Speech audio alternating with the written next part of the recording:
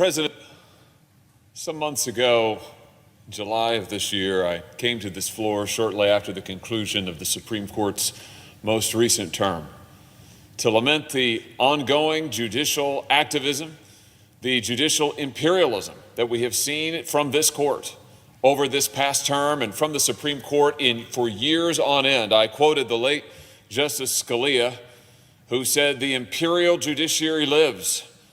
And I said on the floor of the Senate, it was a shame to say, but undeniable, that the imperial judiciary continued to live in this country, a judiciary intent, a Supreme Court intent on legislating from the bench, on making up laws that went along with no regard for what the people actually wrote in their statutes or in their laws. And I particularly lamented the position of religious conservatives, people of faith, who had seen in this past term from the United States Supreme Court decision after decision tossing aside the concerns of religious conservatives and faithful Americans, who had watched the Supreme Court legislate, departing from the text of written laws with barely any concern for the effects on religious liberties. In fact, tossing aside concerns about religious liberty, religious freedom, the effect on religious institutions with one or two lines and opinions. This is what we had been seeing from the United States Supreme Court, and religious conservatives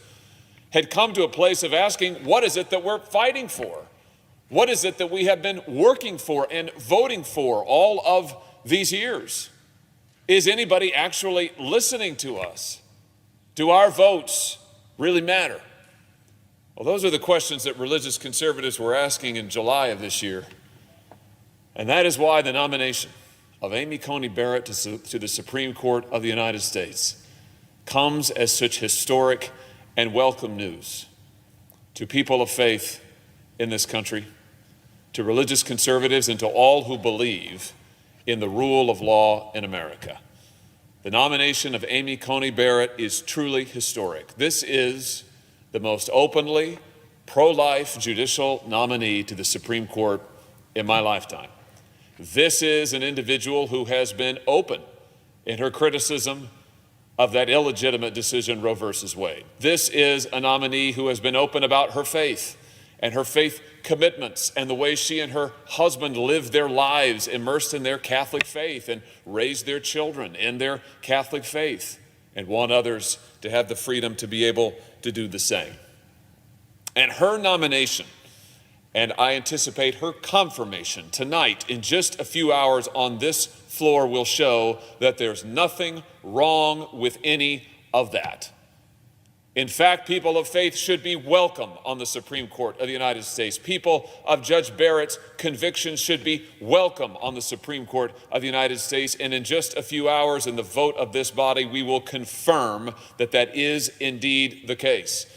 And I have to say that Judge Barrett's own positions, her convictions, give me great confidence that she understands the difference between judging and legislating, that she will not be a judicial imperialist, as I've talked about on this floor in months past.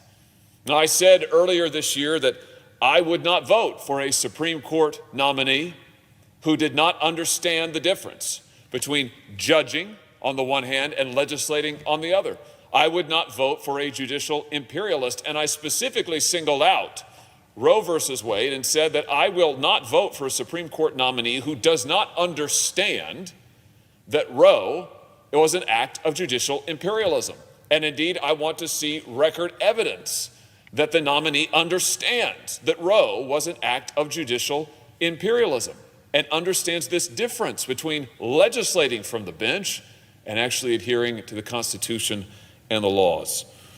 Well, I'm proud to support the nomination, the confirmation of Judge Amy Barrett, because her record makes abundantly clear that she understands the role of a judge, that she understands the role that the Constitution assigns to the judiciary. It is not the role of legislating. It is not the role of imposing policy preferences or personal views. It is the role of following the law. And her record indicates that she understands that she is committed to following that role and committing to revive it, that approach, that constitutional approach to judging, that she will fight for it and revive it on the Supreme Court of the United States. And so I am delighted to support her nomination. I am delighted to have someone of her convictions. I am delighted to have someone who has taken the stances that she has taken as a legal practitioner, as an academic, and as a judge. And yes, that includes her position on life, and yes, that includes her position on Roe.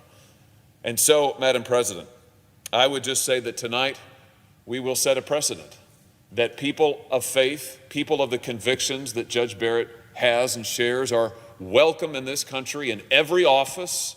They are welcome on the highest court in the land. And we need not ask people of convictions to give up those convictions in order to serve on the Supreme Court of the United States.